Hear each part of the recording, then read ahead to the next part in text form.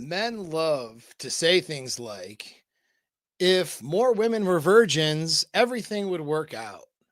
Well, I have a story for you that proves that this is a lie. Men love to obsess over a woman's sexual past, but here's the cold hard truth: virginity doesn't guarantee you of anything. You can find that unicorn, that needle in the haystack, and marry a virgin and still fail spectacularly in your relationships. Virginity didn't save this marriage in the example I'm going to give you because it never really fixes what guys think it's going to fix. Now, today's stream is going to be uncomfortable for some of you, especially if you grew up religious. All right. It's about a couple who did everything right. They waited until marriage. They shared similar beliefs. They followed the rules. And now she's thinking about divorce. Now, before anyone freaks out, let me be clear. This is not an attack on faith. It's not an attack on virginity. It's not an attack on values. Okay. Values matter. Morality matters. And commitment matters. But here's the problem that nobody wants to say out loud, which is that values don't create desire. All right. Your beliefs are not going to teach you relationship skills, things like communication, building desire, leadership, all sexual polarity. And religion does not automatically give you relationship skills. All right. A lot of couples are told if you just follow the rules, everything's going to work out. And this is especially true with religious people. And most people in general, whether they're religious or not, they're really just clinging on to safe world theories. All right. Safe world theory is my word for an idea. It's my word to describe ideas and beliefs that people hope they cling to, and they hope that those ideas or beliefs will keep them safe from suffering and destruction. All right. They cling to the ideas, and if you challenge them, or if there's any sort of challenging that those ideas maybe are not the answer to keeping you safe, people have visceral reactions to it. They get really upset. This is why a lot of political discussions about religion, they get so charged, right? People get so angry and upset and emotionally charged because they cling. You all cling to beliefs that you think will keep you safe, and the idea that maybe the belief itself isn't going to keep you safe, that really upsets people. Well, the problem isn't even about the beliefs themselves or whether or not they're right or they're wrong. A lot of times the beliefs you're clinging to are actually good beliefs. All right. But the problem is the fact that you're clinging to them, and it's stunting your development and learning the skills and the tools you need in order to keep you safe. Well, here's a great example. Let's say my car, I have a vehicle and it's making weird noises, right? And it's not starting as quickly as it should. There's something going on. There's something wrong. Maybe I'm getting a light on, some sort of, engine light or something like that, right? There's something clearly wrong with the car. What am I going to do? Am I going to go to church and pray about it? You can, as part of your daily practice. I'm not saying prayer is wrong, but you're going to take it to a mechanic, right?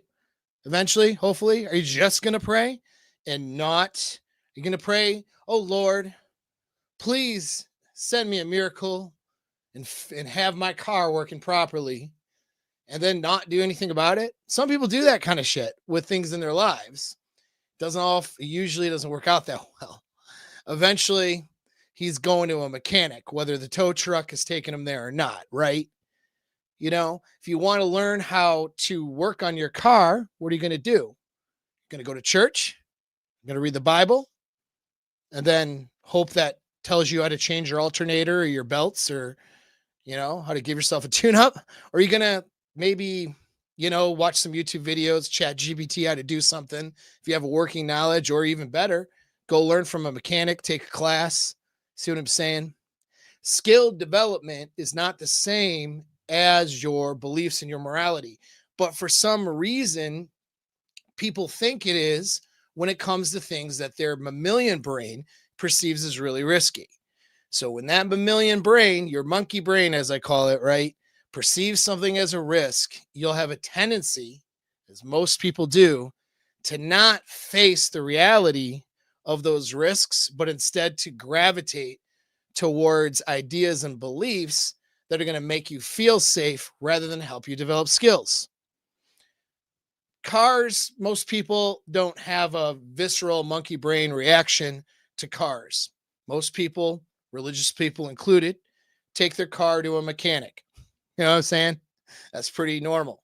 How about learning how to defend yourself, fighting, protecting yourself from a threat? How many people take on that very seriously? Most people don't. Most people would rather think they'll be okay, and they have their mental gymnastics and ways of rationalizing around why that they can fight. Oh, I'm so tough. I don't have any formal training. Boy, when I get mad, I'm mad. Now I'm going to be able to fight. You know what I'm saying? I'm going to beat up 3 guys who want to take my stuff and assault my wife in front of my kid. I'm gonna get mad, and that's what's gonna keep me safe. And then I'll pray about it too, right? If it's a religious person, I don't know. How about learn how to fight? How about learn how to shoot? How about take a class from somebody who knows something? You see what I mean? Some people do that, which is good. Some of you would do that. Most of you watch me, all right? Probably would do that. Most of you who click on, scroll on, you're not interested in that. You're interested in just feeling good. Oh, my feelings. I got to feel good, right? And then you get your ass beat, or you're in front of your girlfriend or your wife, or your wife gets assaulted, or there's some threat that happens. The low statistical probability, if you live in a nice neighborhood, if you have a nice lifestyle, it's very low on the statistical probability you'll face a threat. But if unfortunately you draw that lottery ticket and you do, you're in trouble. You know what I mean? And so that's one of those things, being able to protect yourself. One of the biggest existential fears for a man is that he cannot defend himself or protect his family, right? So instead of facing that like a man, what do most people do? They pretend. They lie to themselves, they lie to their wife and their children, and they lie by saying and acting as if they could protect them. They posture. It's actually a thing if you read combat psychology, stuff like David Grossman, for example, who talks about posturing as a defense mechanism. And that's what most guys are doing. It's a weaker response, weaker man's response. Not always, but in this context, it is, right? Safe world theories, you know? I got in a fight once in middle school, so that must mean I can really defend myself against a home invasion. I don't need to buy a firearm. Like, I know to my European clients and some of you guys, the idea of having a firearm is like, what? What do you mean? But you should probably face these ideas. You should face them. As human beings, we're tool users, right? That's how we excelled and became the dominant species. It wasn't because we were the biggest and most powerful. It was because we learned how to use tools, right? And that's what we're designed to do when it comes to fighting and defending ourselves. That's a whole nother topic, but that's just an example. We use safe world theories. Well, what do we do when it comes to sexual marketplace, dating, relationships? It's the same thing. Safe world theories. Well, if I just, she has a low body count, or if she's a virgin, then we're going to be just fine. Statistics say that virgins don't get divorced as often, so we're going to be fine. I'm telling you, virgin relationships break up all the time. And just as crazily and insanely as some of your other relationships. You're not safe just because of that one data point. You have to learn skills that nobody taught you.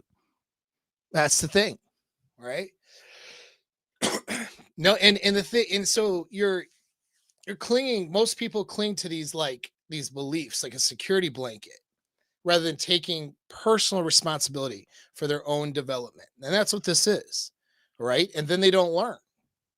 If you're doing that, you don't learn. And no one is teaching you because everyone in your social circles, everyone that is in your bubble, they're in the same bubble you're in. They don't know shit. Like most of you guys, even you guys who know things, I know it's true for me too. Most of the people out in the world that you interact with are clueless when it comes to intersexual dynamics, sexual marketplace, relationship dynamics, dating, attraction, desire, seduction, right? Clueless. Most people are clueless about it and they don't want to face it because that is painful to face. Just facing that idea that I don't know what I'm doing here sends messages to the instinctual mammalian brain that you're in big trouble and it feels all kinds of weird. All right. At first, it doesn't make people feel uncomfortable. But here's the thing. It doesn't make people feel comfortable rather. But here's the thing. If you want to achieve greatness in anything, you have to get comfortable with feeling uncomfortable. Okay. And that includes if you want to have a great relationship, time to get uncomfortable. You got to learn skills. And that means learning and facing the fact that you don't have them. And the guys, I use this example. I just did a video on former coach of U of M, Sharon Moore, and how he got himself in trouble with his executive assistant and blew his whole life up, ended up in jail. And actually, I have a lot of empathy for this guy. Now, I'm hard on him a little bit in the video, but I make the point several times. This is not to slam the guy or kick him while he's down, right? His story is the same story that many of you guys are guilty of right now watching me. You just haven't had the blow up yet. All right. The guy that's at risk isn't the guy who struggles with women or even the incel. When an incel comes to me for like help and coaching, know what his problem isn't right at that moment? It's not screwing his life up with women.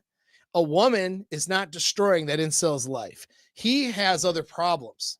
He can't get the girl yet, so the girl isn't the problem. You're right. So, I mean, the girl can become the problem if he doesn't continue his skill development. But here's the good thing about the incel guy. And this is if you're that guy listening, I got good news for you. All right. Struggling with women is okay. Being like that incel and having these struggles doesn't make you weird, doesn't make you a bad person. You might be weird because you're weird, but it's not going to be just because you haven't had a date in a year. Okay. Lots of great dudes with a lot of things to offer haven't had a date in a year. And by definition, meet the definition of incel. All right. I'll tell you what, when those guys go to seek out help and they start to learn skills and develop skills on dating and just the initial dating piece of it, pickup, right? All those things. They already now have a mindset of skill development. So they tend to, if they overcome their issues with women and become not an incel anymore, they tend to have a real good probability of success for relationships in the future because their mindset is to learn. You see, those of you who are in the most amount of trouble, those of you are the guys who are not the incel, but hasn't learned a fucking thing. Just like with fighting, the guy that got bullied in school and like was weaker and couldn't fight, right? And had to learn how, was forced to try to pick something up, go to a boxing club, go to a martial arts school, try to learn some things, hit the gym. That guy, hell, I was that guy. That was me.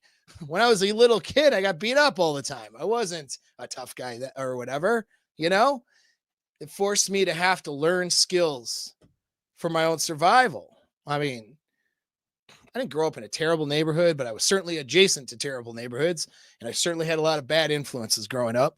And really, if I hadn't learned how to fight when I was young, I could have been in some serious trouble a number of times. Okay. So I was forced to in some ways. And once I started that skill development and I faced my own, mammalian brain, so to speak, faced down the fact that I'm a human being who could be susceptible to getting harmed, right? And treated it like a skill set, that changed everything. And I did that when I was young when it came to the fighting, right? And so you don't have that problem. And then that extended into a military career later. That same mindset.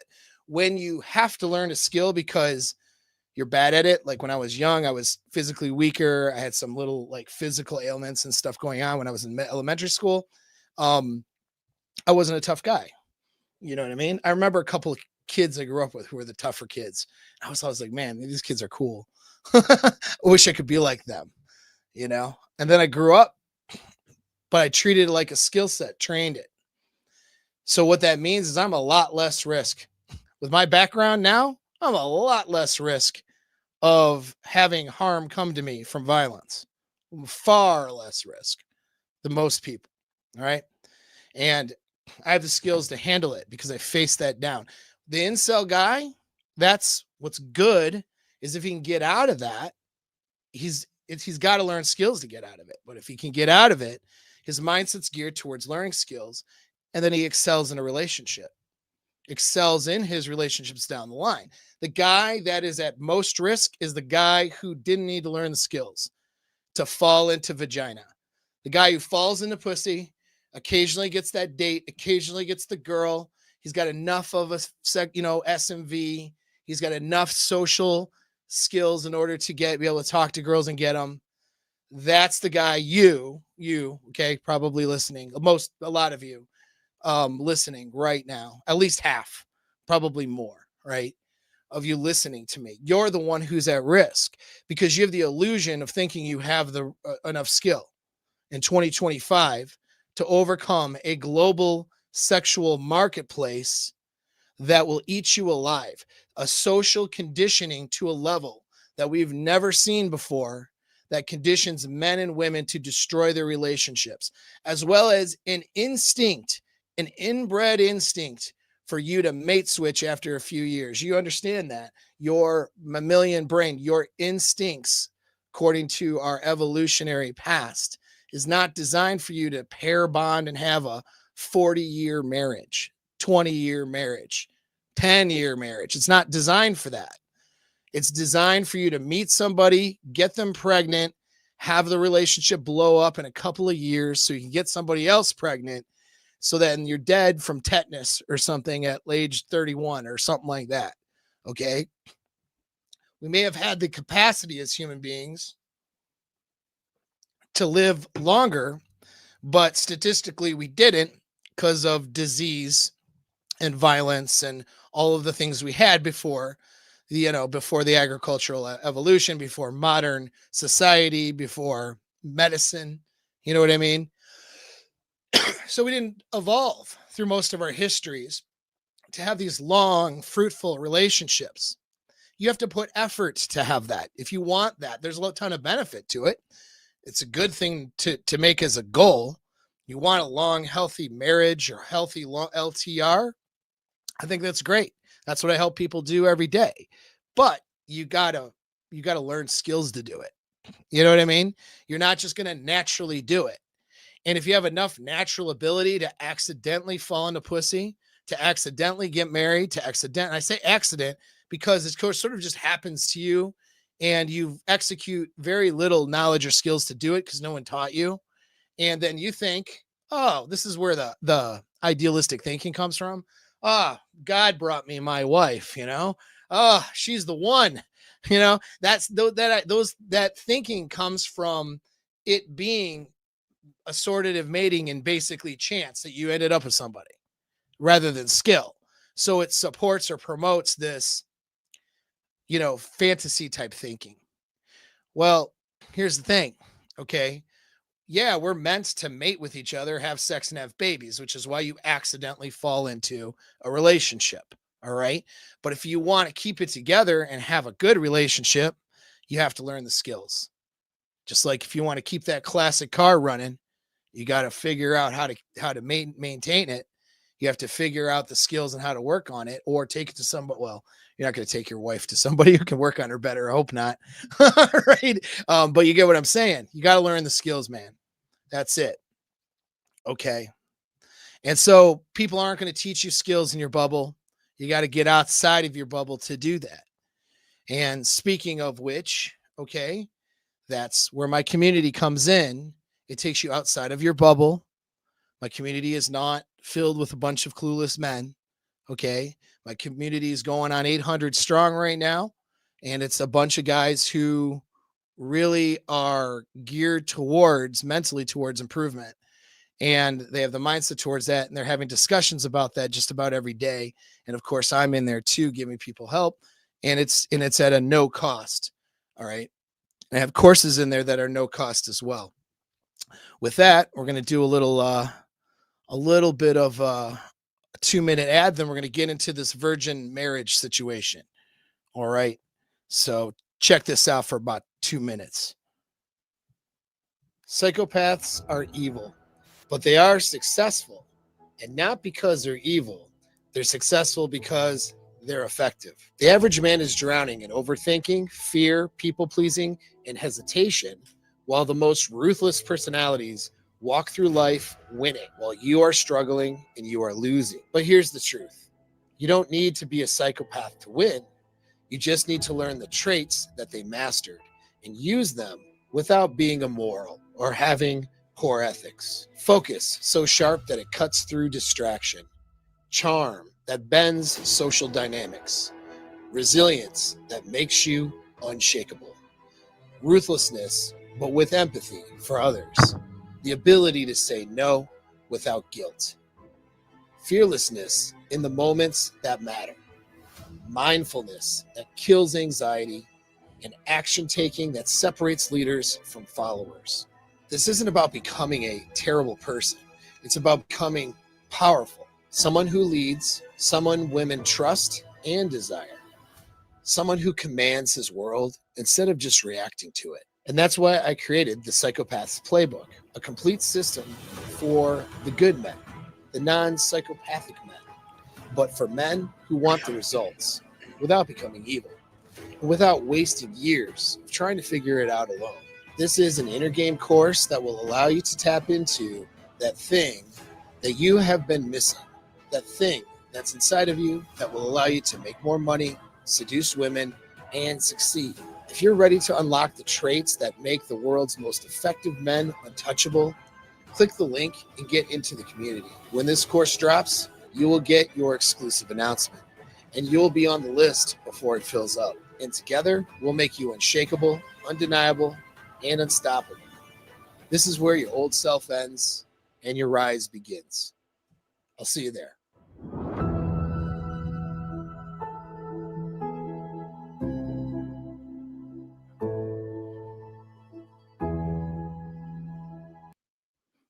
All right. That's fun, isn't it? All right. So that's a course that's going to be dropping here. I'm probably going to open it up right after Christmas. And I'm going to open up enrollment. I'm limiting my numbers probably to 50, I think. That way, when we do our live coaching calls, I have the ability to answer everybody's questions and all that. So you have to be in the community to get the invite. All right. Or at least either be on my newsletter email list or on the community to get the link to sign up, right? To be able to get on the list and all that. And so go do that. A lot of you guys got your goals and stuff for the new year. Well, this is the inner game course that's really going to help you. And it's not just the girls, you know. A lot of people come to me starting off with the relationship stuff and they stay because of the inner game stuff. I'm helping a lot of people level up their life, change their careers, move into higher levels of wealth and financial stability. More than stability at that point when you're getting into $1 million type people, right? Multimillionaires and all that. So yeah, it's really good. It's really good. I mean, part of my background here is performance psychology, not just relationship stuff. But the Psychopath's Playbook will give you skill sets to apply to both. So it'll be a fun course. I'm looking forward to it. And that's that. So let's get into now the stuff. All right. So this should be a fun stream because I don't have any talking points. I kind of went through my talking points already, more or less. I mean, they really very loosely, and that can be actually a lot of fun because then it's like, more of an interaction with you guys. Who knows what I'm going to say? I don't know what the fuck I'm going to say. We're going to, well, we're going to read this story here. Okay. And, got a few others if I have time, but I think we'll stick to this one to start off. If you guys, I'm going to share that. Thanks, brother. Appreciate it. Really helped me with identity work after retiring from the military. Hell yeah, man. It's been good. It has been good. And so, cool. In any sense, kind of going through. All right. So if you guys got comments, super chats, little stickers, or whatever they let you do here at YouTube, those things help the algorithms. Obviously, your subscription and your like button is going to help the algorithms more than anything else. All right. So I appreciate that if you guys can do that. All right. So now I'm going to read into this little vignette here. So she starts off with the woman is writing it. She writes, I, 30-year-old female, have been seriously contemplating divorcing my husband, 34-year-old male, since he got sepsis early this year. So she starts off, I know this sounds bad, so let me explain the whole story. I grew up in a very religious household and was pressured to do everything right. We got married when I was 19 and had only been together for about 6 months. Before then, we were both virgins when we got married, so things were awkward to start. He also had not dated much before me, so a lot of what had happened I excused for him not being experienced or because he had ADHD. Okay. So this is where we get into it's a trade-off, all right? And this is why you have to put your mindset towards success and getting what's going to give you the best outcomes, regardless of the cards you've been dealt. So what do I mean by that? Some of you guys are watching this in your 30s, right? Let's say you're 28 years old, 32 years old, whatever, and you're not married yet. I literally will have guys or women be like, man, I should have got married when I was young and I should have followed what the church told me and I didn't. And I was stupid. And here I am, I'm single. What do I do? Right? Like people focus on things they can't change in order to make excuses for not getting better. Maybe it would have been better if you got married when you were 19 or something like that, like this couple, but maybe not. Maybe not. I can't say from data or objectively that that's true. I mean, we know that people who have less sexual promiscuity before getting married, for example, have better marriage outcomes by statistics, but that doesn't mean every individual is going to be a part of that statistic. You know what I mean? It's not the only number to look at. Plus, we know on the flip side is that young marriages tend to not work out. The younger the marriage is, to a point, I'm going to probably mess this up as I say it, but marriages under 25 years old basically have much higher divorce rate. It's because of the reasons she's expressing so far, which is the lack of life experience. So there's a trade-off. Do you marry somebody when you're 18, 19? You don't know what you want in life in order to mitigate certain problems like sexual promiscuity, ruining pair bonding, and some of these things, but yet you don't have any experience in life or in relationships. And then what happens? Things could blow up for you that way. Now, I'm not saying that that's a bad way to go, what I just said, but you got to ask yourself, this is where being mission focused and success minded comes in. If you're 18, 19 years old, you're going to do that. You're going to make that marriage move. All right. What do you have to do to mitigate problems? That's the question you need to ask yourself. If you're 19, you're getting married, you don't know anything. And probably the people around you don't know anything. Okay. They know how to moralize things. They know the rules. Maybe if your church is correct, let's assume your church is correct. Let's assume their church is correct. Okay. Their church might be able to keep them out of hell, which is pretty good. I would say that's a pretty good goal, right? Might not keep them out of divorce though. Okay. So what do you have to do to mitigate it?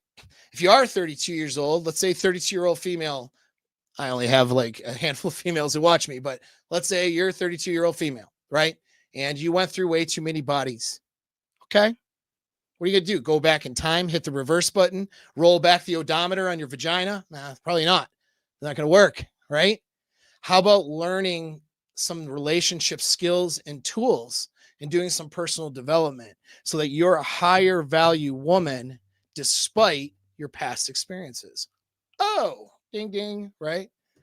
If you're a guy who's made, let's say you're in your third relationship and you've been through 2 divorces. You're going to go get married again and be divorced again? Is that what you're going to do? Or are you going to go learn some skills? Not saying to get married or not to get married. That's a personal choice. What do you, if you are going to get married, right? Like, we know there's problems with the state and there's problems psychologically speaking with the framework around marriage, just due to the social conditioning we have and the social messages we have in our country right now, in the first world right now. So what are you going to do? Well, if you do get married, you're just, it's a trade-off, and you're going to mitigate those problems then. What are the problems that I have to face with the trade-off decision I'm making? You see what I mean? That's how you have to think. This is how people who are success minded think. They don't say, like, they don't focus on the things they can't fix or change in order to shame themselves into not getting what they want. They focus on the things that they need to focus on. And this couple, I mean, no one told them. They're young and probably didn't have any guidance, but there's a whole lot of relationship related skills that they would need to be learning for probably at least the next decade, right? Because the problem is, and here's part of that trade-off, a young girl who's following the rules and gets married, she's only doing it because her identity lines up with following those rules. She's always going to be curious if those rules are giving her the best deal, right? She's still a woman. She's still going to be hypergamous. So are the rules going to keep her, like, were the rules the best deal she could have gotten? That's the question she's always going to ask until she realizes that the lifestyle she's living is the best choice. And she realizes that down to her level of emotions, right? Down to her experiences and her emotions. She's going to constantly question whether getting married was the right decision. Was being a virgin bride at 19, was that the right choice? Because you're always going to have struggles. People who have the perfect life have struggles. They just have better struggles. You know what I mean? And we can always question whether or not I've made the right choices and whether or not the grass is greener somewhere else when I run into difficulty. When you run into difficulty, when you run into struggles, you can always ask yourself these questions. And that's what women do. A lot of times they go, oh, wow, well, I'm in this marriage, we just got laid off. There's some financial struggles. I got married when I was really young, and all of my girlfriends, they partied a lot and had a lot more fun than I did. Maybe they didn't have more fun, right? But that's what she might think.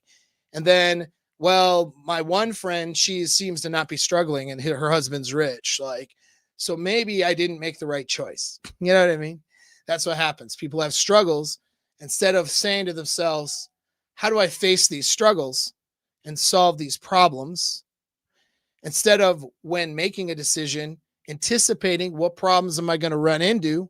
How can I mitigate these problems? They just sort of wait for problems to have, and then they go, man, if only I'd made better choices, I wouldn't be in this predicament. So now I'm going to now make some knee-jerk reaction type of decisions in order to get out of it, And so that's what happens a lot of times. All right. A woman who's getting married young isn't having the certain life experiences, and that's probably a good thing, but she needs to recognize that that's the case. You know what I mean? So continue with what she wrote. Throughout our marriage, there has been an unfortunate stack of red flags that became glaringly obviously to me when my husband got sick. Those of you guys who know, you know. I'll keep reading. When he got sepsis, I found myself wishing it was me, and it was not in and it was not in altruistic way, which surprised me. I had to drop everything to make sure he had taken care he could be taken care of, and put my feelings. Sorry, I'm switching. Lost my spot. And put my feelings to the side to dissect later. So she was wishing, oh, I wish I were sick and someone could take care of me. Interesting. After a week, he was finally able to come home, but still struggled to walk for a while. During this time, I took care of everything, including talking to his bosses at work and figuring out, I don't know what FMLA means, but that's what she wrote, and making doctor's appointments on top of usual responsibilities as a mother. And during this time, I started to understand what it was that made me feel that way. I understood that he never did the same for me. Now, understand, she's never been bedridden. She's going to explain some of that in a minute. Okay. But I want to point something out here that many of you guys know. Oh, thank you. Family Medical Leave Act. That's what that is.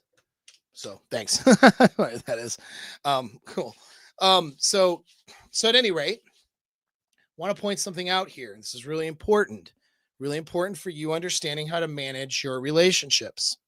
Women don't have vasopressin, guys. Not for you. They have vasopressin for the children. Now, what I said sounds like Greek to many people who just come to my channel. They have no idea what I'm talking about. So let me explain. Okay. Men pair bond, right? Bond romantically, the love feelings. That's what the literature calls a pair bonding. All right. It means the love feelings, the feeling that that's your person to mate with and have relationship with and raise children with and grow old with, all those feelings. Okay. Those feelings, all right, come from neurochemicals in your brain. There's a combination of them that work in conjunction. I'm going to talk about the important ones for this discussion. Okay.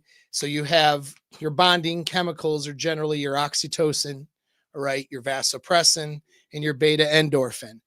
Beta endorphin is like that, it's like a comfortable couch. It's like, oh, I feel comfortable. I feel familiar with this person. I feel good, familiar. This is that, whatever. It's not sexual desire. It's not desire. It's not what drives the passion in the relationship.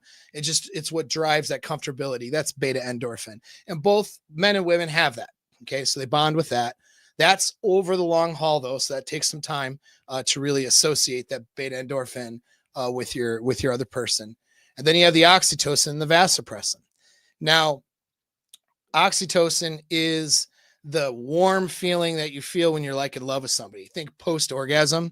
All right. Now, some of that post-orgasm feeling is serotonin as well, but it's just that good feeling, but not good like I just ate a meal, which is serotonin also, but good like this is my person. Let's do the after sex cuddling. That's oxytocin, right?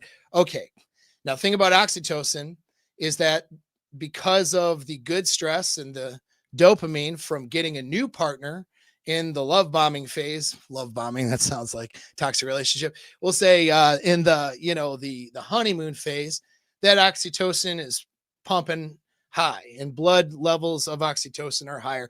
And they can actually there's a study that show that you can do a blood test and see if your baseline serum levels of oxytocin was higher in the beginning of the relationship, they could predict basically who is going to break up within 6 months. So lower oxytocin baseline levels in the blood in the beginning meant breakup 6 months later.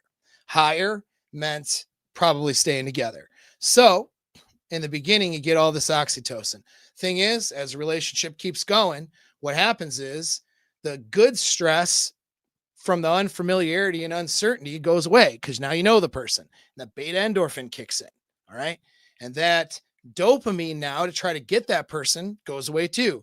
Not in my relationship, by the way, because I use the right skills to make sure that doesn't happen. Not in the guys who are in mastermind group who have thriving relationships, by the way. Okay. They're constantly able to stimulate that good stress and that dopamine to make for good sexual experiences, to get high oxytocin responses, even if they're 10 years into a relationship. That's what you have to do. That's the maintenance part of your relationship involves that. Nobody's talking about that. They're not talking about that at church. They should. That'd be nice. They're not doing it. Okay. And they're not talking about it in couples therapy. Nobody's fucking talking about this. I don't know why, but they're not. Some people are, obviously, neuroscientists and things like that, but you got to find that stuff, right? The mainstream narrative isn't manage a high sexual frequency in an intense sexual relationship so that you stay in love with each other. That's not a narrative that people like, because that takes power away from women, and there's a whole feminist thing with that, and it doesn't really take power away from women, but they perceive that in that way. And so now we got a gender war, whatever. Okay. But that's the thing. Okay. So you have this oxytocin that you have to manage. Now for guys, we have vasopressin because we have higher testosterone. Vasopressin, and we have significantly higher testosterone, by the way. It's not even a little bit. We have a lot higher, like many, many times more than the average woman. Even a high testosterone woman would be extremely low. Like a guy would need medical intervention if he had a woman's level of testosterone. Okay. So we don't have estrogenic bodies. If we're men, we have testosterone based sort of driven bodies, and that interacts with vasopressin to make us protective over our romantic companions. So this is that thing that makes you want to, when she has bad emotions, that's why when a girl cries, a guy's like, oh my God, my girlfriend's crying, my wife's crying. How do I get her to stop crying? How do I, it's okay. Shh, it makes us want to take care of her. It makes us want to makes us jealous too. You're looking at my woman, it makes us want to, makes us want to protect her. Right. These are good things. They're good qualities. They're things that we need. Okay. But that vasopressin, what that means is this, and the oxytocin goes away because you didn't manage the desire and the relationship. A guy still has vasopressin because he has the beta endorphin that says, this is my person. So the vasopressin says, I need to protect her. She's in my tribe. She's my person. She's my wife. I got to protect her. I got to make sure she's okay. Got to make sure she's happy wife, happy life, all that bullshit. That's vasopressin. Okay. She doesn't have that for you. So here's what happens to a lot of guys. A woman gets sick, a woman's pregnant, whatever. He's doing things to kind of take care of her. If he is in a masculine protective frame, he has significant amount of vasopressin to want to take care of her. So what that means is because look, vasopressin isn't just by operating on its own, it's operating with your testosterone levels, right? So if you are a guy who is physically taking care of yourself, and you see yourself as a protector, you see yourself as a leader, you see yourself as somebody who wants to care for a wife, okay, you're gonna want to take care of your wife when she's pregnant, because because all the things I mentioned increase your testosterone levels. Just thinking about it, get in a posture over it, right? They make higher testosterone, and that higher testosterone interacts with vasopressin. I am an armchair neuroscientist. I am not Andrew Huberman. I'm sure that they could explain it better, but I know I'm right. Right? So I know I'm on the right track. Okay, there's maybe nuances and details, but this is the right track. So that's a guy. Now let's take a different guy. Let's take a guy who gets married. His T level goes down.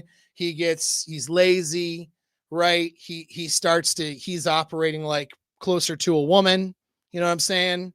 He doesn't he doesn't care and protect for his wife. He feels like the kid in the relationship, and the wife is sort of, the boss, right? What happens? He's trying to get out of, hospital detail and duties like a damn teenager when she's pregnant or when she's in the hospital. That's what happens. He's getting resentful because he's got to take care of her, right? That's what happens to lower T men. I mean, we could study this. I don't, there's not, but this is what the neuroscience says this should probably be true. We need to see a clinical trial on it. Okay. But when we look at neuroscience, this is probably true. And it seems to bear out when we just look at examples. You know what I mean? It's a lot of dominant guys are either psychopathic and they don't care to take care of somebody. Okay. Cause they have psychopathic tendencies, or they are vastly like extremely wanting to take care of somebody, the person that he sees as his person. You know what I mean? We vet out for dominant A personality types that are not too far on the psychopathy scale. There are a little bit is okay, but not too far for things like special forces. You know what I mean? CIA has their own version of things, right? When Navy SEALs, sure, whatever. I was never a SEAL, but so when we do selection process for special operations, we want guys who are team players, right? All these guys, I'm going to tell you, all these team guys, okay, in the special operations world, made it through a selection. You have some that are psychopaths and total, they usually get themselves in trouble, get kicked out, stuff like that. They're usually a troublemaker, right? But the guys who are valued on teams are guys who have a high degree of testosterone and a high degree of vasopressin. They want to protect their tribe, man. And then they tend to get in marriages and they want to protect their wife, take care of her, lead, all that stuff. And without the skills that can actually get them in trouble. It's a great trait to have, but they can wife up the wrong person, not have the right types of skills. And now they're just loyal to a fault to some woman who doesn't value him. And this is how a lot of military, police, right, those types of marriages end up in domestic violence, end up broken up, okay, end up toxic because the guy is loyal and he finds himself and he's got that high testosterone. He's also has high vasopressin. He wants to take care of things, but then she's not participating and it creates a lot of problems. You see what I mean? And he doesn't have the tools and the skills to direct, his emotions in the right way. And that can lead to, him doing things he shouldn't too. So anyways, these are things that happen, right? This is like the nature of the world. So why am I saying this? And though in relationship to the virgin bride here, okay, girls don't have vasopressin for you. If she does, she sees you as a child and she doesn't have sexual attraction for you. So not good. Okay.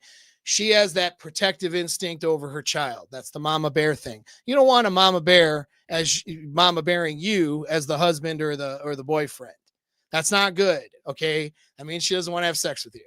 That means she sees you as another kid in the house. Okay. Not a good thing. Right. But what does that mean? That means you get sick. You have a little weakness. She's not going to have this vasopressin kick to take care of you. She's not going to want to do that because in the same way that you would want to do it for her. Okay. Now, there's a lot of caveats here. I'm not saying because someone's about to chat, someone's halfway through writing. Well, my wife would take care of me or whatever. Or, hey, well, I've seen a guy get sick once and his wife took care of him for 10 years. I understand that. Let me finish. All right. So the times when a woman takes care of the guy, it's not because of vasopressin. If she has desire for the guy, assuming it's not vasopressin. Okay. If it were vasopressin, she would resent that guy. She would be like, she wouldn't see him as a romantic partner. She would be looking at other guys to want to have sex with, basically. Okay. So when you get the case of the loyal wife who takes care of the husband when he's sick and dying or when he's going through that, which is something those of us guys who get into LTRs, we want the type of woman that would do that, don't we? So there's two things in place. One, desire. Okay. A woman does that because she sees you as the alpha male in her life who is now wounded. And you're still the strong alpha male, though, in her life. So she wants to take care of you and either nurse you back to health or take care of you and keep you comfortable until death. because you're the best she's ever done, and you're the best that she thinks she can do, and she just is, and that's what creates that love for her, that she has for you. When she looks at you with respect, when she looks at you with admiration, when she looks at you as that guy who plays that role and played that role in her life, she she has the emotional tendency to want to take care of you. She's not going to want to take care of you if she doesn't have that. She doesn't see you as this dominant masculine leader in her life. Then it's not the way that she's going to, things become transactional, things become opportunistic, and she's going to more resent having to take care of you or having to do her duty for her husband if she didn't have that desire. Okay.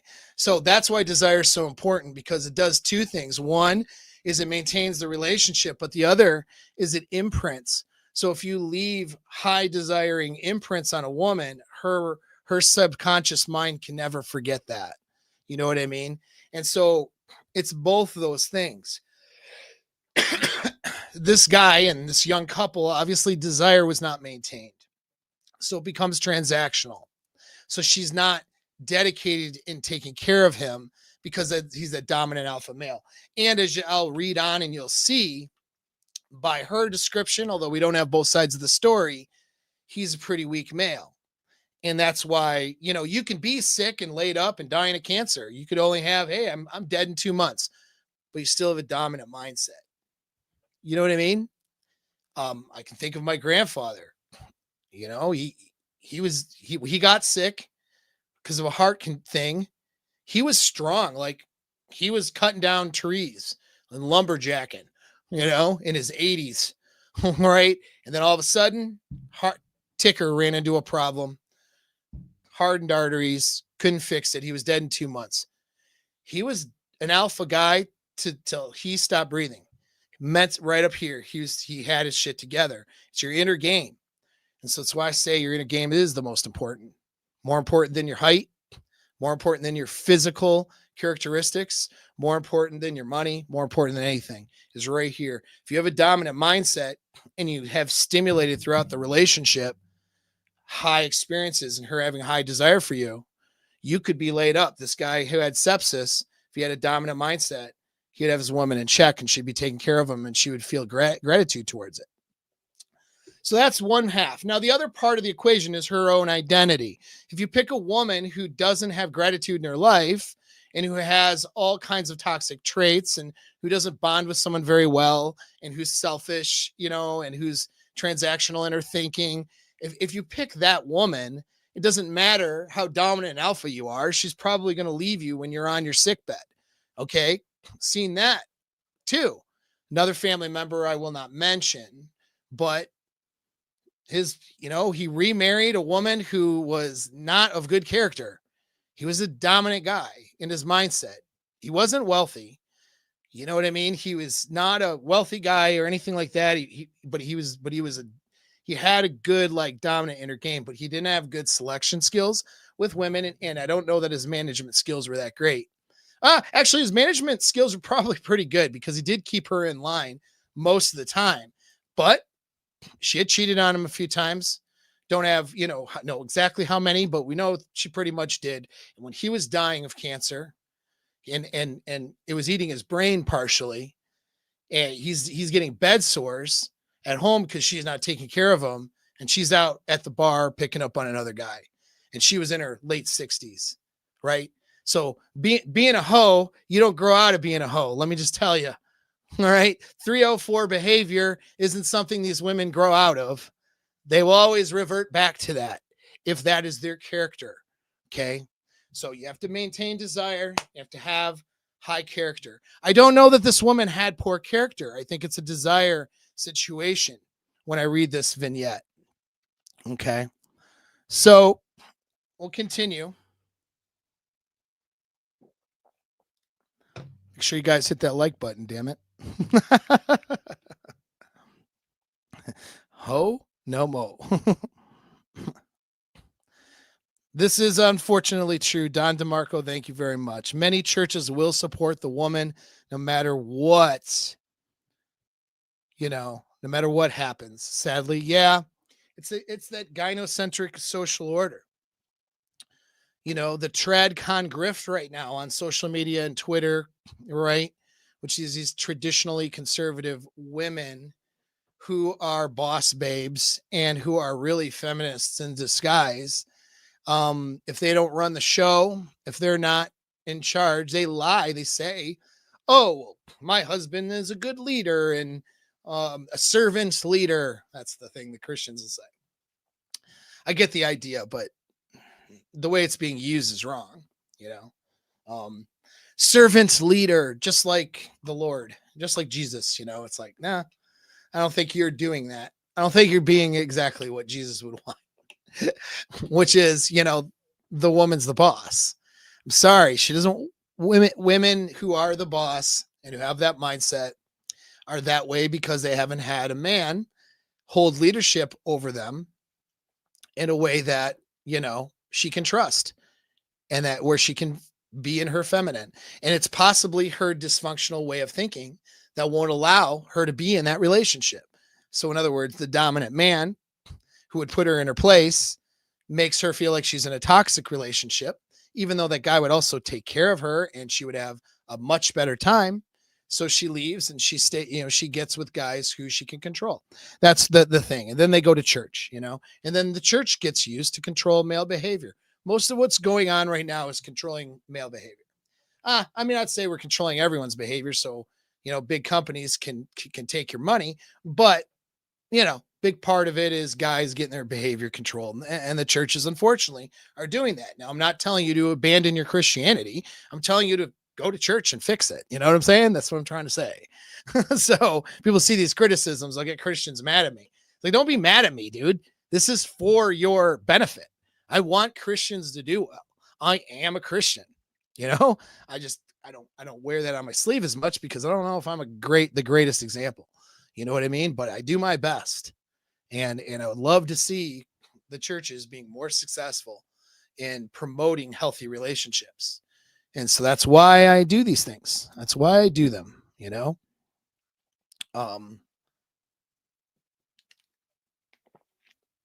This is a good question before I keep finishing.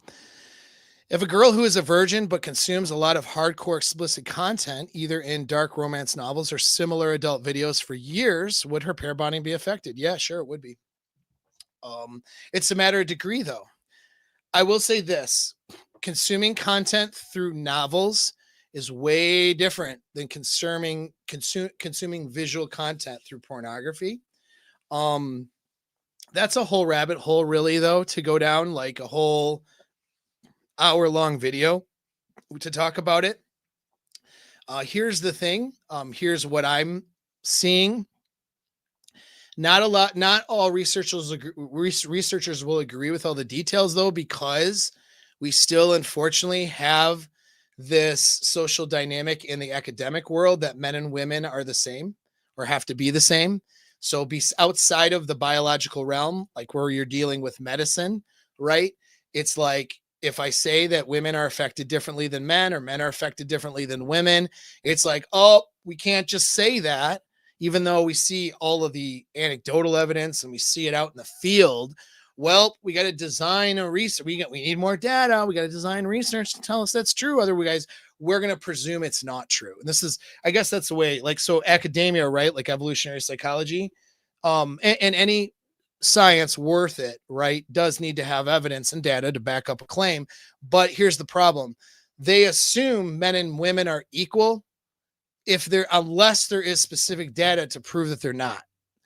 And I think if we're dealing with intersexual dynamics, we have to assume that men and women are different and then see what the data says, right? So I can't assume that my response as a male is going to be the same as the average female. But academia says, well, they're probably going to be the same unless we have data to prove it otherwise. I think that is flawed. And I would love to debate like Mac and Murphy or somebody that I admire, on the Evo Psych realm, David Buss would be cool, I wouldn't really debate him though. I'd just be asking him 50 questions because he's awesome. All these guys are awesome though, right? But I mean, but it's like, I'd love to debate on that topic, because why are we assuming equality when we have enough evidence to prove that men and women evolved differently when it came to mating, and that our goals are different, and the way our brains developed are different, our reproductive, goals and perceptions and values are different. So why would we assume equality? Why would we assume that they're the same? So I can understand not assuming that men and women respond to pornography, not to make a claim without evidence, but why would we assume men and women are the same? So I'm mentioning that when it comes to this pornography thing, because it seems or appears that women are less affected by visual pornography than males. All right. So women it's one of those weird things. Like, men seem to be less affected by notch counts on a neurological level. It seems that way. Not a lot of data though. So I'm just saying what it seems like, right? We need more data to show the differences. They don't want to put together that data though. Understand the reason why we don't have it is because anything that says men and women are different is considered very controversial. You won't get your paper published. You won't get funding for the study. I mean, these are the things that these people would run into a lot of times. Anything controversial that says men and women might be different, not so good, especially if it's going to make women look unfavorable. Notch counts, for example, I think that we know based on observation that notch counts affects a woman differently than a man, and it affects them worse than a man. At the very least, it affects them differently. And I'm not saying a guy having tons of notches is good necessarily. I'm not saying that, okay? But we know. I mean, we're not, if you're of average intelligence and you see what's going on in the dating market, that a woman sleeps with 100 bodies. It's way worse than when a guy does it. Like, we know that, right? We got enough shit around here to prove that. We just don't have a great study to show it, well, guess what? Pornography, we know, and I think if we put data together, we could prove it, but we kind of know that women watching and consuming pornography is not as damaging as men doing it. Why do we know this? Because there's a burn of performance for men sexually, and men consuming a lot of pornography correlates with addiction and correlates with low sexual performance. Whereas women, I don't know that there's a lot of women addicted to pornography. Don't hear that very often. And I don't think that it affects their performance. You see what I'm saying? And so, but does it affect their ability to pair bond? Yeah, it does, and what it's doing is it's exposing them to in this way. But again, the nuance and the details matter though. If a girl is getting into really racy fantasy novels, and I would say reading it is much better for how it affects the brain using the imagination than seeing it and basically being a cuck and watching it play on screen. All right. So I would say reading it's better than seeing it. But let's say she's getting into the fantasy of all this stuff, right? That could be a good thing if she brings that fantasy to her sexual relationship. And if she's in the pair bond, wanting to live out all these fantasies with her man, I think that would actually be better for the pair bond. So I think it would be good in that sense. But if it's something to distract her and pull her away from the bond, which most often it usually is, unfortunately, then I would say it's bad for the pair bond. You see what I'm saying? Here's how the pair bond works. You got to feed the pair bond, right? You got to be diligent about having sex with each other, about increasing the intensity and value of that sex and the frequency. You got to be diligent about being sexual and romantic with each other, diligent about having good experiences with the person you're with, rather than just letting it happen, hoping it happens naturally. You got to be purposeful about that. If you're using pornography to distract yourself from doing that, then it's going to be problems, whether it's a man or a woman. You see what I mean? But that's a great one. So I'm going to continue reading this though, or I'm never going to get through with it. All right. So she writes, this may seem like an unfair assessment. So I'll share the few times I've been in the hospital since we've been married. The first time when I gave birth to our daughter, He wasn't there for the birth, but I believe this is excused because he was deployed at the time. Yeah. So this guy's a military guy, her husband.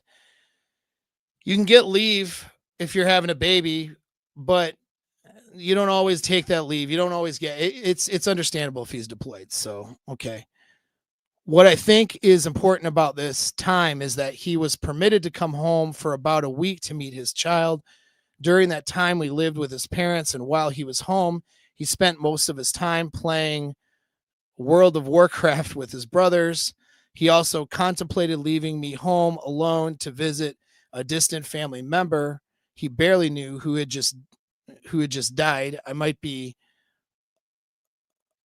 a bitch, I think she said, for I don't know what this means, but for making him stay, but um I think she meant to say bitch, but she typed it in a weird way to not curse. For making him stay, but he'd be gone the whole week when he was permitted to come home because of his daughter. He seemed to get annoyed with me often during this week because of how often I asked for water while breastfeeding because I wasn't allowed to go out and get it myself. After the week, he went back, and it was 3 months until he was finally home for good. After that, I didn't need as much help because I had gotten the hang of being a mom a little better, so things seemed okay. I'm gonna pause there. Okay. Um, so this is a case of a guy not managing his inner game. Unfortunately, this happens to a lot of my military bros, right? It sounds like he was doing coping strategies for PTSD, which is pretty common. Burying yourself into video games is one of those things. You want to distract you become very apathetic, and you want to distract yourself from stressors because the stressors of deployments and combat are so high. You get home that you want to distract yourself from handling stressors at home. Common PTSD reaction. You have to manage that though, because you don't get to, unfortunately, you don't get to just shut down when you're at home, right? Not just indefinitely. You have to manage what's going on in your inner game, and then manage your relationship. So it sounds like this guy didn't manage his relationship. All right. So what you have here, there's nothing that this guy did wrong logistically. He came home to be with his daughter. He's paying the bills. He's working. He's deployed. She should be a supportive wife of that deployment. But notice how ungrateful and unsupportive she feels. The reason she feels ungrateful and unsupportive towards him is because she doesn't have vasopressin. He is not managing the desire in this relationship. He is not managing her desire. Deployment creates a problem because of the distance. You can't stimulate oxytocin in the same way from a distance. But guess what? You can stimulate fantasy and stimulate dopamine and stimulate other things to get a person to stay attracted and invested. Okay. And so, and it's a psychological game. I know because I've managed long distance with my military service. You can do it, but there's a skill set that it takes. And it sounds like that this guy didn't have that skill set, unfortunately. And so what happens is now his wife doesn't sees him as somebody who doesn't care, who feels like her and her child is a burden. And he's acting that way because of his PTSD coping strategies. And so what's happening is her desire is low. He didn't manage her desire. And so now she's resentful. Okay. And this will happen to any of you if you follow his same mistakes. I'll continue to read. The next time I was in the hospital, I was giving birth to our son. By this time, he was out of the military and he was able to be present for the birth. I had much more complications with my son, which resulted in more doctor's visits. And he was where thankfully, and he was there thankfully for most of it. I ended up having to be induced early because I was hypertensive.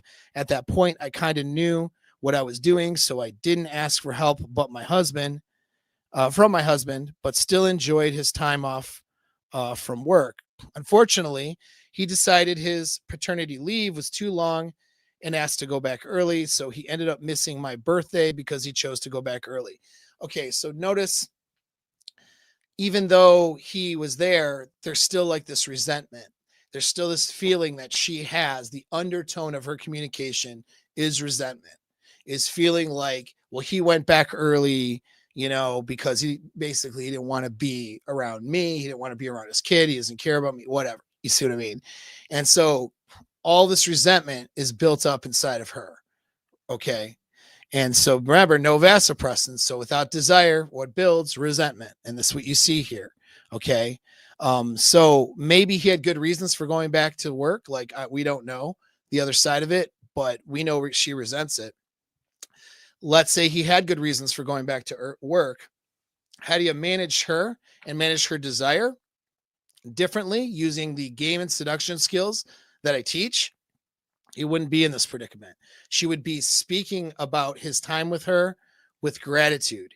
She would be speaking about his time on deployment where he was absent with gratitude. You know what I mean? This is assuming that she has the capability of doing that. She's not a toxic person. I don't know really based on this whether she is or isn't. So far, no red flags to say that she is, but that doesn't mean she isn't. You know what I mean? But this is definitely looking like a situation where desire was not managed, right? So then she continues to write, the last time I was in the hospital was almost exactly a year before he got sepsis. I was to have surgery to get tubal ligation. Damn it. we had talked about no longer having kids because I started to fear pregnancy, something I'm understanding better with therapy. Okay, let's back up that for a second. She wanted to have kids with this guy when she saw him as the alpha guy, right? As the good choice, being his virgin bride and all that, right? But then what happens?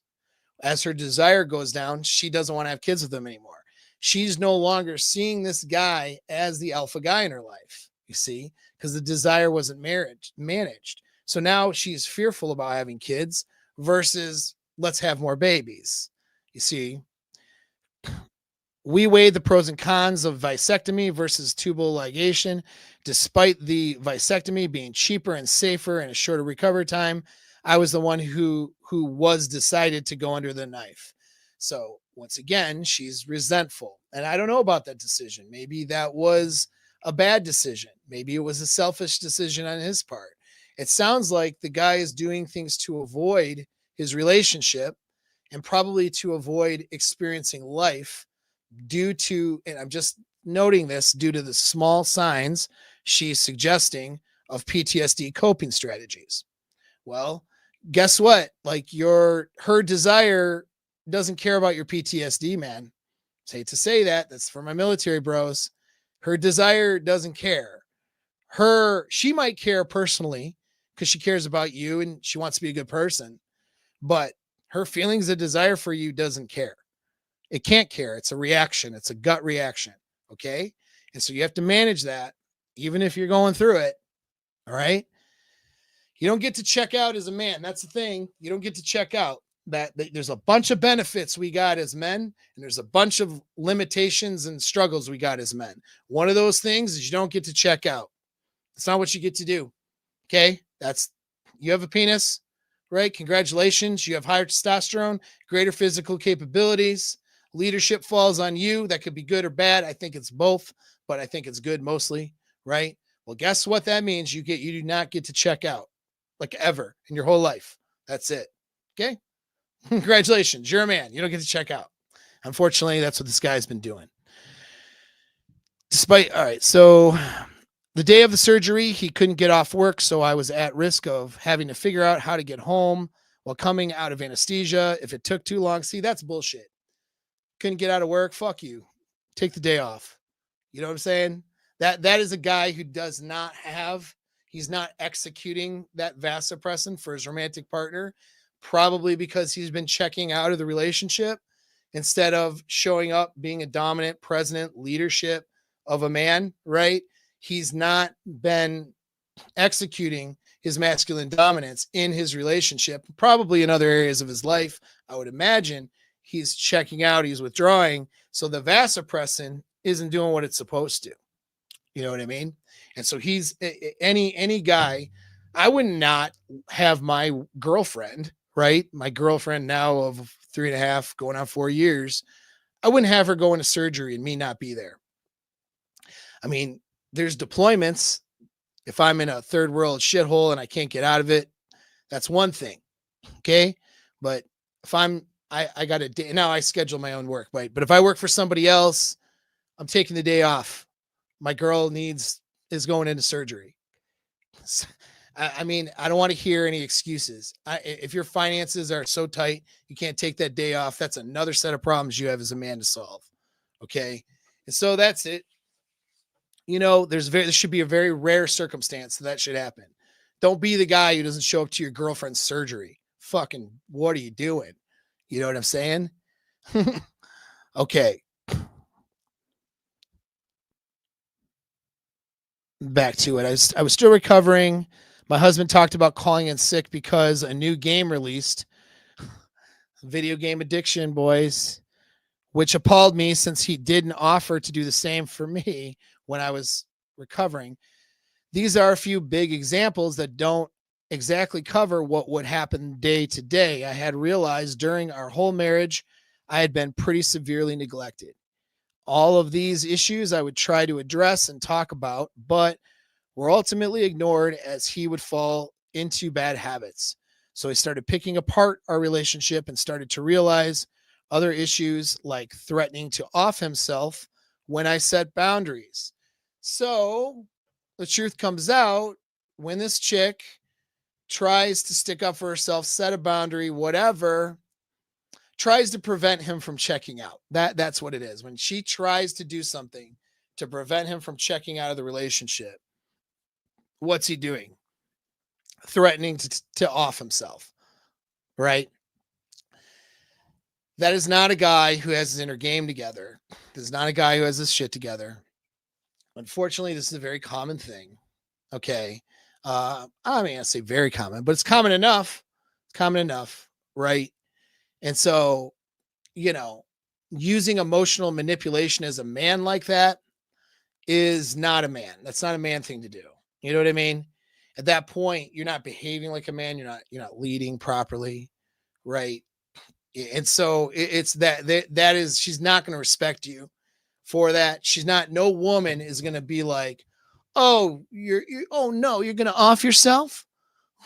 Let me come take care of you. Oh, you're right. Let me open my legs.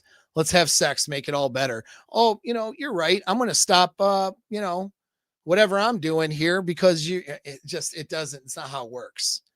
You're not going to make it. The name of the game is desire, guys. If you figured that out, excuse me. The name of the game is desire, and it's building it and maintaining it. So that means having a dominant masculine presence. Dominant masculine guys don't threaten off themselves. Okay. I'm not saying male, struggles with that isn't important to address. Plenty of dominant guys have had the thought. Plenty of dominant guys have had serious thoughts about taking themselves out. I would argue that if you are a man, that is a thought that crosses your mind at least once in your lifetime, even if it's just in joking or jest. Okay. Because as men, I've done other videos on it, but there's a whole reason why we're wired because we don't provide babies. That if we're not providing a certain type of value, we have run into a value gap. The signal to possibly take ourselves out of the gene pool so that the gene pool can survive, that's an instinct. So it's instinctual, unlike other characteristics have to be in place for a woman to have that instinct. Women don't usually do this, which is why their rates of success for taking themselves out is much lower than a man's. Men, we have an epidemic. I won't say the word for algorithm purposes, but we have an epidemic of men self-harming and taking themselves out, right? That epidemic is partially part of our instinct. So having the instinct doesn't mean you're weak, but leveraging that thought to your wife to get her to not set a boundary or to get her to do what you want, that is the part that is very, very weak. You know, dominant masculine guys don't make that choice to actually listen to that little voice in their head when it pops up and it tells them to take themselves out. You know, see what I'm saying?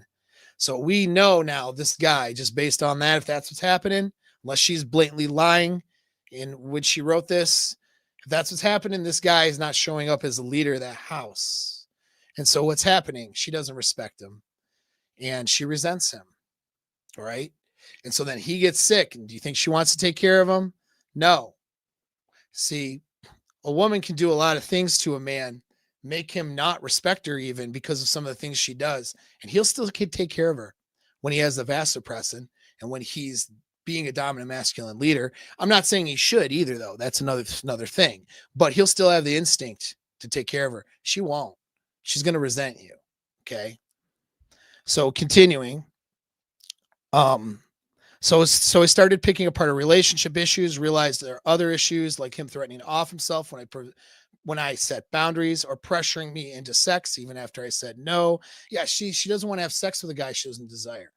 She doesn't want to have sex with a guy she doesn't respect. Okay. And then so of course she's going to say no to sex or refusing some of my necessities because of money issues and then turning around and buying a new game or Warhammer. I've told him about wanting a divorce and he threatened to off himself. So instead we are in therapy. I still feel disconnected and done with the relationship and I'm not sure if I can fix it. I just feel so lost. What would be your advice on how to proceed? Anyway, so that was the rest of that. Okay. So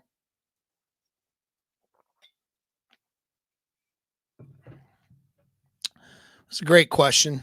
I'm going to address it. I think it would take a lot of balls to self-delete. Yeah, I mean, balls, I don't know. I would think a lot of despair, more or less, a lot of misery, a really bad mental framework. I think it takes more I would disagree with that. I think it takes more balls when you have, let's say you're at a point in your life where you've lost something significant. It's going to change you for the rest of your life as a man. Maybe you've zeroed yourself out. Let's say your woman cheats on you and is breaking up or divorcing. You're about to, your financial struggles are high. Maybe you lose a job. You're about to lose a job, right? Your woman's leaving you, which sends a message to your brain that you're not even valuable as a mating partner. Like your babies, your offspring are not valuable enough to the world. Like, you know what I mean? Sends a message like that by cheating on you, cucking you, breaking it off with you. And then of course, you're in financial struggles and maybe you've let yourself go. So you're not as physically capable as you used to be. Like you're basically a loser, right? Let's say in one or two, because many of you guys listening to me right now are one or two moves away from being a loser.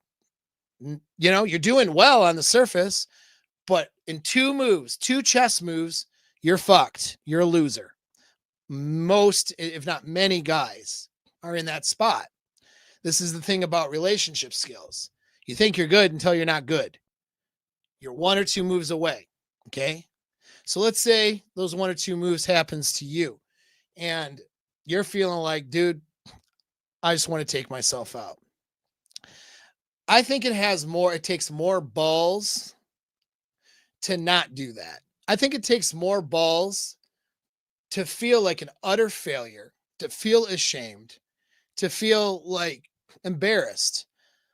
Let's say you got caught even doing something you shouldn't have, whatever, like to be at the lowest point of your life and then to ignore, to say, you know what, I'm not going to respond to that instinctual message that tells me to take myself out. I'm instead going to start fighting through and building value again as a man. I think it takes more balls to do that, quite personally, right? I mean, it's not really a lot of balls to squeeze the trigger on yourself. I mean, not really. It's just easy to do, it's just do that. I don't understand. I mean, again, I'm messed up in my head. Okay, I got combat stuff experience and I'm good at certain things. That puts me on the scale of not normal in some ways. So squeezing a trigger to me feels very normal. Maybe that's harder for other guys, Okay. But to me, that's not balls. To me, balls is fighting through it. You know what I mean? Um, so, so yeah, you have to do when you have that, I'm going to tell you what happens. When you have that feeling, what you got to do is you got to recognize that the feeling's there. All right, cool. I feel like I want to take myself out. Then what you want to do, if it's an overwhelming feeling, like you need to talk to somebody, you don't need to talk about even the feelings you're having. You just need to contact somebody and have a normal conversation. Go for a walk, go to a mall, go for a drive. You know what I mean? You need to remove things around yourself that would cause you to take on that impulse. Okay. Disarm yourself if you're an armed person, for example. All right. And just go have a normal conversation with people. That I know it sounds weird, but it doesn't have to be about your struggles. Doesn't have to be about anything in particular. It could be all about tell me how your day was, right? What it does is it roots you back into reality for that moment and it takes away the impulse. Do not do things like getting wasted and getting drunk, things to reduce your impulse control, because that's most people are able to go through with stuff like that because they reduce their impulse control with drugs or alcohol. So there's a surefire way of messing it, of making a decision you can't take back. So don't be wallowing in your sorrows in a bottle of whiskey on top of everything, because then you don't have the impulse control. But there's times when it comes from the brain, dude. Let me tell you, take this serious, okay? It's an instinct. It comes from the brain, where the brain will start sending these overwhelming messages for you to take yourself out. When certain stimulus is there, you could have a moment where it sends these overwhelming messages to your brain. How do we know this is true? Well, notice that certain medication have as a warning that it could cause this to happen, right? Why do you think certain medication has it as a warning? Well, it's because medication that affects the brain can create a chain reaction in the brain where these messages of what we'll call self-selecting or taking yourself out become overwhelming. I've been in consults with people who have been on certain types of pain medications or psychological medications. I've been in our therapy sessions, right? And they are crying and they have this overwhelming, this persistent feeling of wanting to do this. And sometimes it's overwhelming. I ask them what their medication is. I have them adjust their medication. I am not a doctor who can adjust their medication. So they talk to the doctor to have their medication adjusted. And then those feelings go away. So in those cases, the medication was causing the overwhelming feeling. But for men, that feeling that's overwhelming, it's not real, dude. It's not real. Understand, it's not, none of it's real. It's your brain just sending a stimulus. Just like when an addict is like, oh, I need to do heroin or something, right? That's not real either. It's only the brain sending stimulus telling them they have to do it. But there's nothing real about that. You know what I mean? That makes sense. So the stimulus to tell you to take yourself out, when you guys have it, if any of you have experienced that, I know some of you have, and I'm not talking just about a fleeting thought, but for sometimes someone will be in a spot and it's going to be overwhelming. It's going to be like, I have to do this right now. You know, like I don't know how to explain it. You have to just break that pattern, and then that overwhelming feeling goes away. The best way to break it is just talking to another human being, because we're social animals who are designed to connect with other people. Now, for a man, that's not going to be enough to permanently fix it. Okay. Just talking to your brothers, like the military tells you to do, for example, isn't enough. All right. That works for girls, doesn't work for guys. And the thing that you're least likely to do as a man is reach out to another man to talk to him when you feel like you have low value. That's unfortunately the condition of this. for men is that we need to feel like we provide value to the tribe. And if we don't feel like we provide that value, then we're going to self-isolate and take ourselves out of the tribe. That's the instinct in your monkey brain. So when this happens, you're doing what your instincts are telling you, but your instincts are not correct. Okay. Objectively correct as the best thing for you. You know what I mean? Our instincts tell us to do shit all the time we shouldn't do. This would be one of them. And so when you have that overwhelming feeling, you just got to connect with somebody that temporarily takes the feeling away. That's temporary now. Then from there, though, you have to find a place to build value.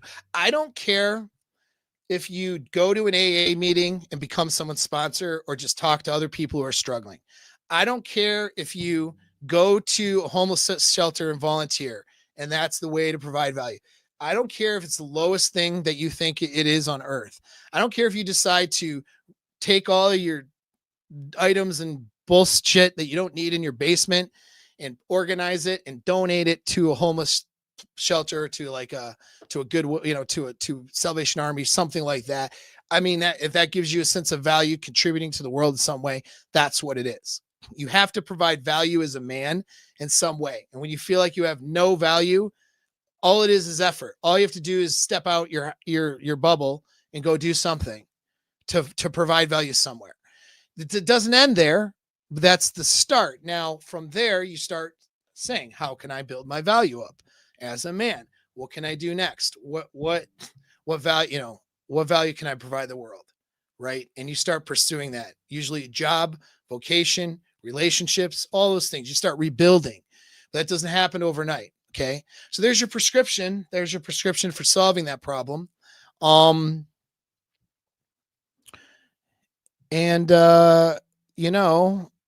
We got, you just described me, but I cannot reach out to you. Why can't you reach out to me? Bro, I have a link. I'm pretty accessible. I'm talking to you right now on a live stream.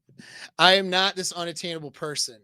I hope to never become that way, even though I want to be hugely popular. I want to be like Tony Robbins popular, but I want to be able to be accessible for stuff sometimes. I know it's going to be really struggle. I would love that to be my biggest struggle. Right now, I have a popularity problem because algorithms don't like me. Even this conversation probably is going to blow this video up, and YouTube will be like, oh no, men's mental health, we can't help that along. And the algorithms are going to suppress this video anyway. But I'm pretty accessible, dude. Like, I got a link. You could join the community. You could post what you're going through. You got about 10 guys. I don't know. Maybe it takes a week for them for full 10 to respond. Some will respond right away. But you'll get a bunch of responses if you just post right now on my community. You're fucked up right now. Go to my community. Tell me why you're fucked up. Tell me what is fucked up right now. You can send me a DM there too. We can talk there. Yeah, if we take it into therapy or coaching or whatever, that's going to cost some money. But I have all these free resources for you that will help you, like for free. You're here talking to me, that's free. You go to the community, that doesn't cost anything. Getting feedback, getting an action plan, getting a roadmap, that's not going to cost anything if you are in a financial distress, And then there's there's the reason things cost things is because I have to survive. Unfortunately, I have to build a business or I can't help anybody. But the other side of it, though, is, when people are invested in their success financially, then they're going to do the work. And that's the other part of it, And so, but you may not be able to logistically be able to, if that's your situation. But guess what? I got all the shit for free. I do that for a reason, bro. Like I do the free stuff for a reason. It's not just to market myself. It's for exactly what you're dealing with. It's for a guy who's like, I am struggling right now and I don't know where to go, what to do. Well, I only say it every video. I do. Click the link, join the community, shoot me a DM. You know what I'm saying? So there you go, man. That's what you got to do, bro. It makes sense. Fuck yeah, dude. All right. All right, man. Good. So you know what to do. Okay. And that's all, you guys. If you're not in the community, what the hell's wrong with you? Now, all right. So let me caveat on the community though. Okay. When somebody gives me like a long story about their relationship problem, which I like, by the way. I'm not saying don't do that. They're dealing with a relationship, dealing with this, and they're doing this. I am going to call you out on stuff too. I mean, I'm not a dick. I can be kind of a dick, but I mean, it's all in love though. Like, right? I want you guys to do better. And so, like, I'm going to call shit out. I'm going to ask questions that are hard and maybe uncomfortable. You know what I mean? When somebody says, "Hey, I've been like married for 25 years and we haven't had sex in the last, year and this, that, and I'm doing all these fucked up things, or I'm doing these things and I don't know what to do." I'm probably going to start picking that thing apart and calling them out on all the things that he's fucking up. And some of that might be like, you're going to continue to do the same stupid thing for the next 25 years. If the first 25 hasn't been good, or are you ready to take some action? That may be what I say, right? Like, if you guys follow me enough, I don't bullshit around. And some of that is me really telling you the hard thing you need to hear so you can start to make the moves, because at the end of the day, it's making moves and taking action that's going to help you. It's not, it's not just jerking off on YouTube or something, right? And then converting it to porn later or something, right? You have to take action, right? And so that's the one caveat. I'm not saying that to be, don't be afraid to post, dump it all out, right? Like, nobody is going to shame you for it, but there will be calling you out though on things you're doing wrong. But that's because we want to help you. All right. And I'm not that harsh, really. I got some of my guys who are high value guys who got their shit together, can be a little bit harsh on there, but they do it because they mean well.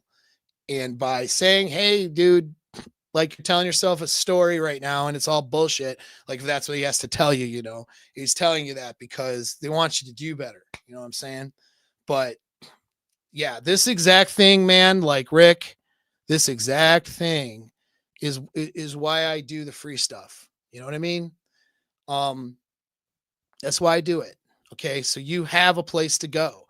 None of you guys who've come across my channel are stuck with nowhere to go if you're fucked or if you're zeroed out.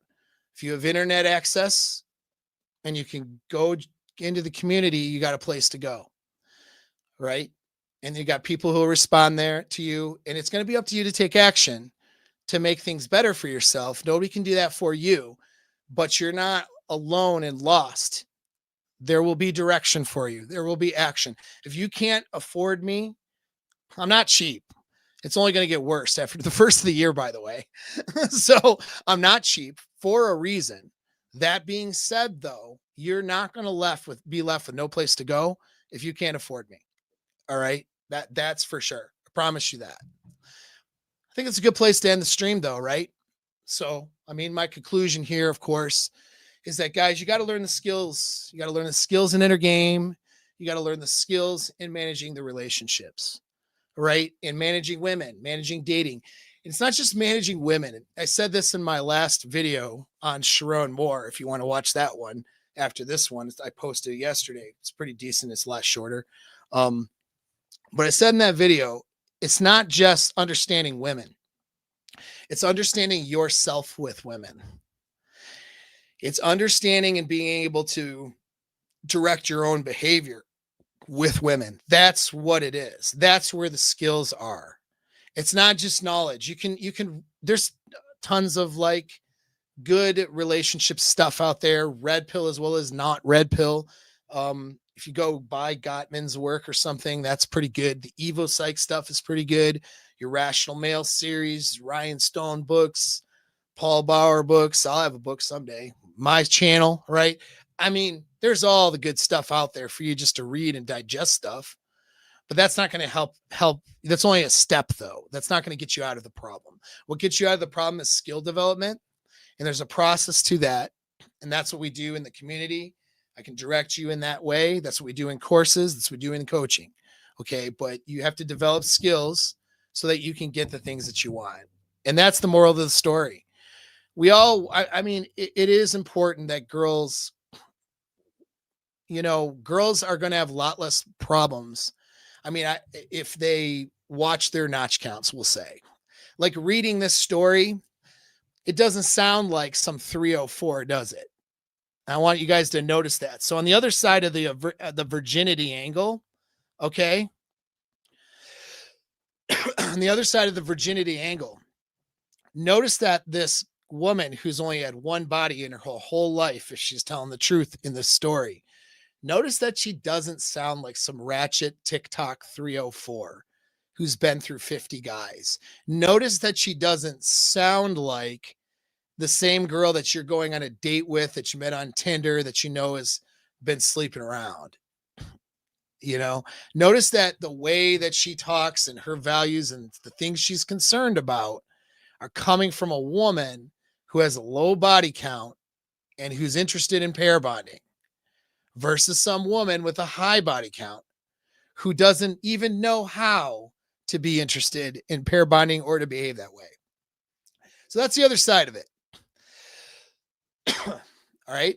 Virginity, having a virgin bride, having low body count isn't going to solve all your problems. It's not going to save you, but it does help. It does help. It does help when a woman has the right kinds of behaviors and ways of mentally framing things because of her past experiences, right? And if you're a woman listening to this and you've had a high body count, you're 304, you're from the streets, get out of here. No, I'm just kidding. That's not what if that's you. All right.